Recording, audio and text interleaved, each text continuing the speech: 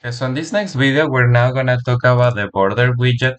So the border widget, you can find it here in the common portion of the palette. And what it does is that it's gonna add either a background or a border to just like one component. So usually for the border widget, you just wanna have like one child for that component. So let me show you what I mean. Let's go ahead and drag and drop it. And what could use like a border or a background right now is maybe this my game title that we did here. So I'm gonna go ahead and just drag and drop it here in the middle. But right now, these two are not really like connected themselves. As you can see, the border is like on top of it as well. So what we're gonna do, we're gonna make sure that in the hierarchy window, the text my game is a child of the border. Okay, that way it can actually fit, both of them can fit in correctly. So we're gonna choose my border, and here we can change information about it.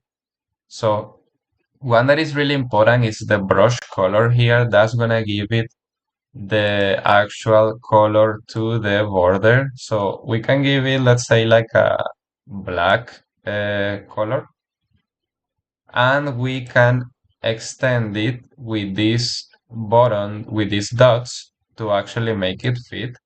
And one nice thing that this has about it is that, okay, we are choosing the properties for the border, for the background, but you can also change information that it's inside of the border.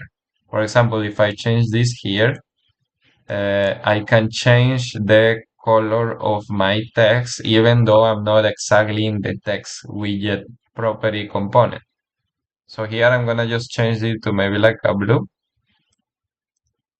And then that's pretty much it. As you can see, the border widget is mostly like a background or a border component that you add to an existing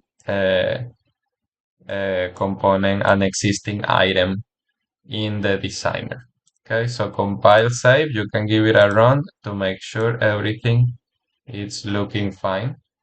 Right now mine is a little bit not centered. I think that maybe I forgot to anchor it. So here, remember the anchor property of the canvas slot. Let's make sure it's 0, 0. And let me anchor it to the middle. Okay. Uh, 0, 0 on the middle. And then there you go. Okay, because the thing is that the text was anchored beforehand, but not the border, right?